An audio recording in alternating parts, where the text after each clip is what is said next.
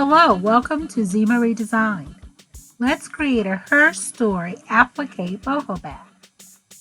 First, you will draft your boho bag pattern onto a background piece of fabric. I'm going to use this brown fleece, and I'll leave a link in the description below on how to draft that bag pattern. I'm going to create my fabric using these 4.5-inch blue squares, and then I will foundation piece those onto my background fabric. After I foundation piece that to my brown fleece, I'm going to add decorative stitching. You see all of the decorative stitching on the back. And I'll add it in coordinating thread color first and come back and add my complementary thread color on top.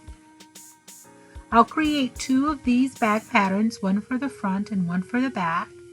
And after my foundation piece is completely covered, I will then cut both of those pieces out, following the background fleece as my bag pattern. Now you can go ahead and complete the bag at this point, but I'm going to draft a pattern and do an applique on the front. So I'm going to prepare all of my application following my applique design that I've created. Using fusible web in my light box, I'm going to arrange all of my images onto my fusible fleece and press it onto my fabric. You see it there to the right. Here I'm going to start creating some lines onto my muslin that is backed with interfacing, because when I sew out the names of all of my influential women, I want them to be straight, so that's why I'm going to create the lines on my fabric first. Use a marking tool that will erase when you're done.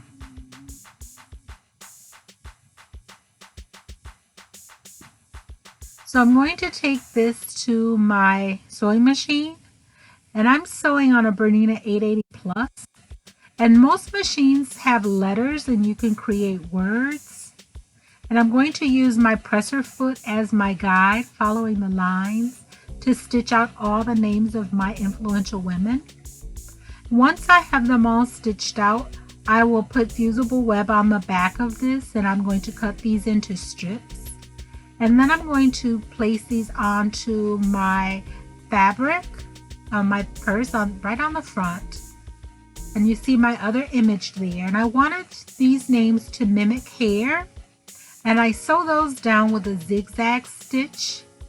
And my other applique pieces, I use a zigzag stitch as well as a blanket stitch.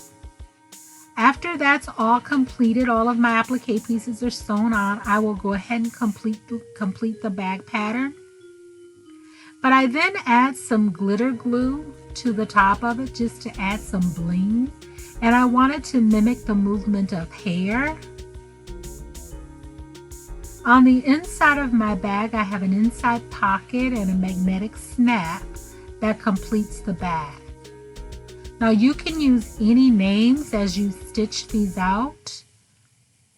That completes your story. I also did this on a sweatshirt jacket, and instead of stitching the names, I just did them with a Sharpie marker, and they washed really well. So after my bag pattern was all complete, my bag is all done, I also upcycle an earring on the front. Now this is the back of the bag. You see all of the blue squares that I pieced together to create the fabric, and all of the decorative stitches that just adds a lot more detail and a lot more texture. And I have the decorative stitches, it goes right up to the shoulder strap. This is the inside of the bag. There's my inside pocket, as well as my magnetic snap. It just makes it more secure when you're holding your things. This bag is large enough to hold your wallet or even hold a tablet or a laptop. And you see the front of the bag? It just gives it a lot more interest with all of the decorative stitching. And you see the earring, my upcycled earring that I added. but a great way to tell your story. So I hope you like this project. I hope you'll give it a try. And this bag will be available in my Etsy shop, and I'll leave a link in the description below. Thanks for watching.